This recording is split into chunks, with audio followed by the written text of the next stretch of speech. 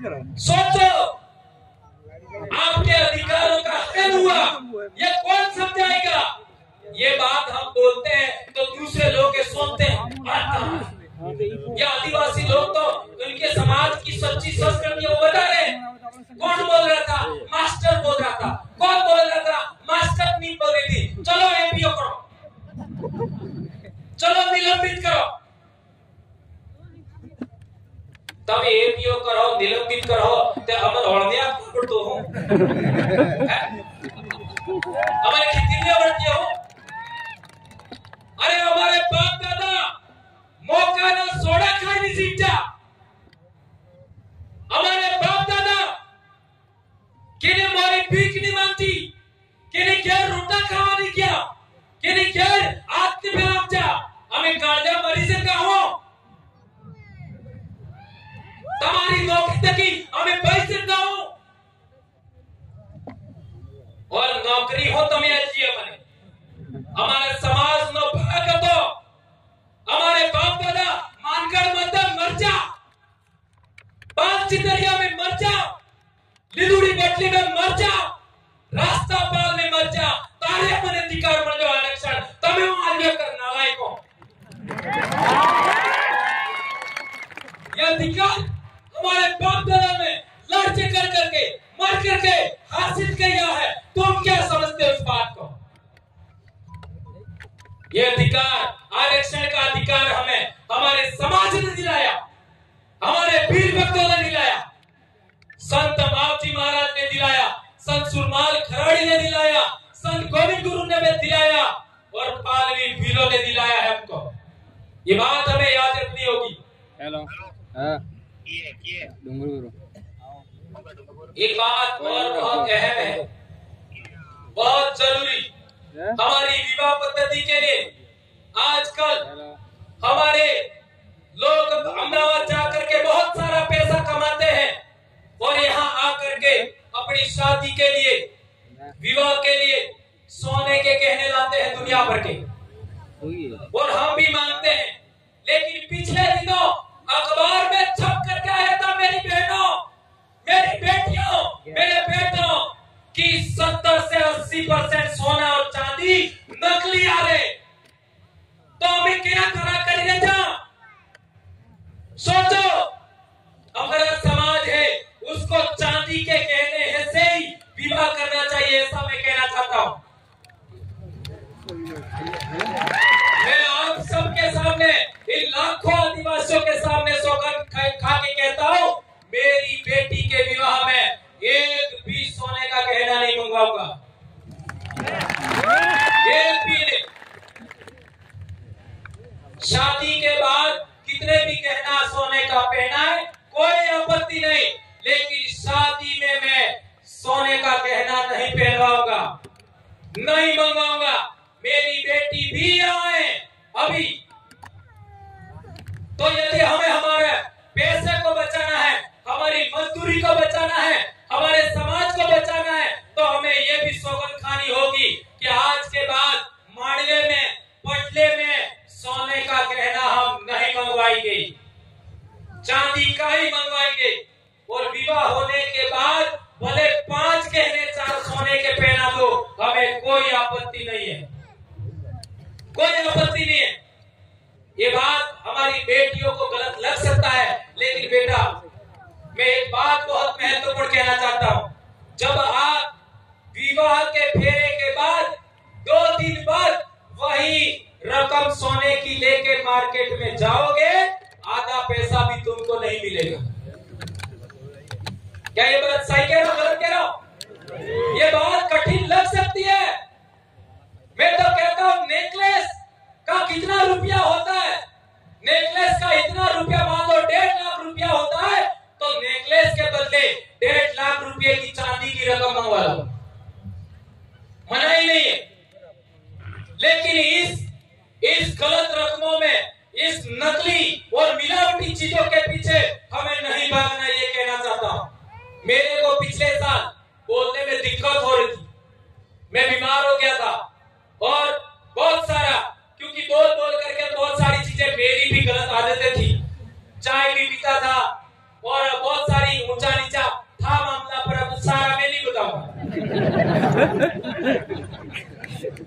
तो हॉस्पिटल गया मैं चंडीगढ़, तो वहां डॉक्टर ने मेरे को कहा आज के बाद चाय नहीं पीनी है। तो मैंने कहा ठीक है। गेहूं नहीं खाना है, तो मेरा माथा ठनका, यार गेहूं नहीं खाओगा तो क्या खाओगा। लेकिन डॉक्टर ने बताया पहले जो गेहूं होता था ऐसा गेहूं अब नहीं है।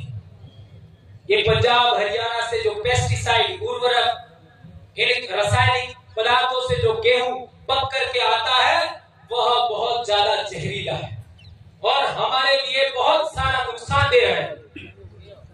अब क्या है कि मेरे सामने दिक्कत हो गई, अब खाऊंगा क्या, पर उन्होंने बताया नहीं। लेकिन हम जैसे जैसे 2-3 दिन गुजर गए तो उन्होंने हमको कोदरे के चावल खिलाए। कोदरा कड़ी कड़ी लीटा नहीं, ये लड़कियों ने नहीं देखे, जानबूझ के आलू चालू कोदरों के चावल खिलाए, कांगड़ी के चावल खिलाए, माल की रोटी खिलाई, बाजरे की रोटी खिलाई। और आज मेरे में इतनी ताकत है कि प्रतापगढ़ से भी बोल करके आया हूं, पूरी भरी बारिश में बेड़ेश्वर तक बहुत भयंकर बारिश, और यहां करके भी बोल रहा हूं ये ताकत मेरे में वापस आ गई। और आज की तारीख में हमारे बच्चे प्रार्थना में नीचे बैठ जाते हैं। इतना बड़ा नुकसान हो गया। मैं ये कहना चाहता हूं कि जो बीपीएल का अनाज आता है वो भैंसों को खिला दो, पर डूबी हुई पानी खबरा देंगे। गाय भैंस को खिला दो, आपको नहीं खाना है। मक्का खाइए, ज्वार खाइए, बाजरा खाइए, माल खाइए, कोदरा खाइए। ये जो मोटा अनाज है जिसको मिलेट्स कहते हैं वो हमें खाना है, पातरिया खाना है। लेकिन ये गलत चीज हमको नहीं खानी। मार्केट में मिलने वाला तेल भी सही नहीं है, मार्केट में मिलने वाला दूध भी सही नहीं है, घी सही नहीं है, मसाले भी सही नहीं है। और अब हमने फैसला लिया है कि हम लोग आने वाले मार्च अप्रैल तक आंध्र प्रदेश के आदिवासी जो मसाले पकाते हैं, हल्दी पकाते हैं, काली मिर्च उगाते हैं, चावल उगाते हैं, वो हम डूंगरपुर मंगवाने वाले हैं।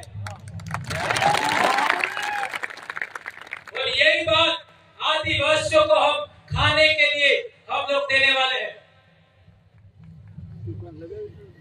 आज स्कूलों में देख लो, आज स्कूलों में देख लो, बहुत गंभीर बात में उठा रहा हूं। चाहे कुछ भी हो जाए, ये बोले बगैर मैं नहीं रह सकता। यदि मैं नहीं बोला तो मैं भी मास्टर नहीं हूं, ऐसा कह सकते हो आप। 8वीं क्लास में एक क्लास में 2-3 बच्चे स्कूल छोड़ देते, 8वीं क्लास में। 9वीं क्लास में 10 बच्चे स्कूल छोड़ देते, 10वीं क्लास में 15 बच्चे स्कूल छोड़ देते हैं। ये बात सही है गलत है? हर एक स्कूल में यही हाल है।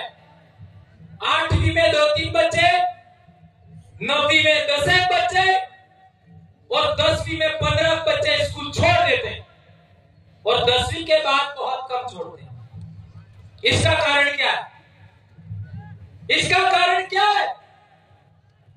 आपने देखा होगा 8वीं क्लास नो सोरो चाहे तमारो वे के मारो वे ई फैशन करवानो शुरू करे। वाल ओसा देसा कपावे, ओसा नेसा गोते फैशन करे, मीदी लगावे, है ऐसा नाटक करना 8वीं क्लास में बच्चा शुरू करता है। और जिस बच्चे को पाठ पढ़ना नहीं आता है 8वीं क्लास में, ध्यान रखना, बहुत गंभीर बात उठा रहा हूं मैं। जिस बच्चे को आप 8वीं तक पाठ पढ़ना नहीं आता है वह बच्चा अलग रास्ता चयन करता 8वीं क्लास में।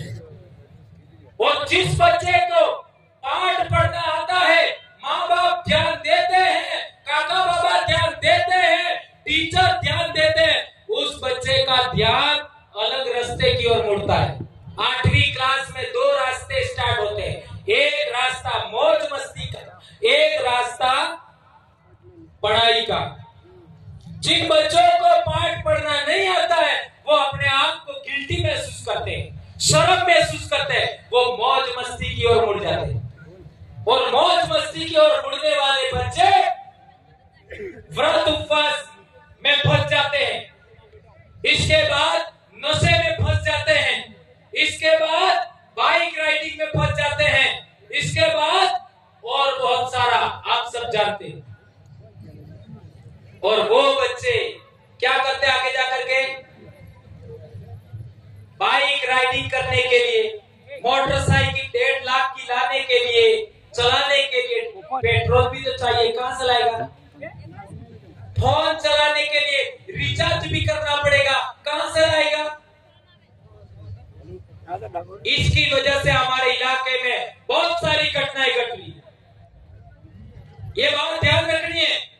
इसलिए मैं कहना चाहता हूं कि जो बच्चा 18 साल से कम उम्र का है, आप यदि माता पिता है, उसको किसी भी सूरत में मोटरसाइकिल नहीं देनी है। नंबर 1, किसी भी सूरत में 18 साल से कम का बच्चा है उसको फोन नहीं देना है। मेरा बच्चा भी अभी 12वीं पास हो गया, मैंने फोन नहीं दिया। आप अपने अपने घर में देख लीजिए, ये बात ध्यान रखनी होगी। यदि हम लोग इसका ध्यान रखेंगे तो हमारे बहुत सारे बच्चों का आत्महत्या रुक जाएगा, बहुत सारे बच्चों का एक्सीडेंट रुक जाएगा, बहुत सारे बच्चों का असमय कुछ गलत होने से, जेल जाने से बच जाएंगे। ये बात मैं आप लोगों के बीच में कहना चाहता हूँ। दोस्तों, आप लोगों ने बहुत सारी बातें सुनी, इन बातों का आप लोग आने वाले समय में इम्प्लीमेंट करना और हमारे समाज को जागरण करने में इसी तरह से मदद करना। और एक गंभीर बात अंत में कहना चाहता हूँ कि हम लोगों को आज के बाद में अपनी विवाह पद्धति के लिए, अपना ये जो ड्रेस है उसको बचाने के लिए और बहुत सारी बातें हैं, उनके लिए आप काम करेंगे।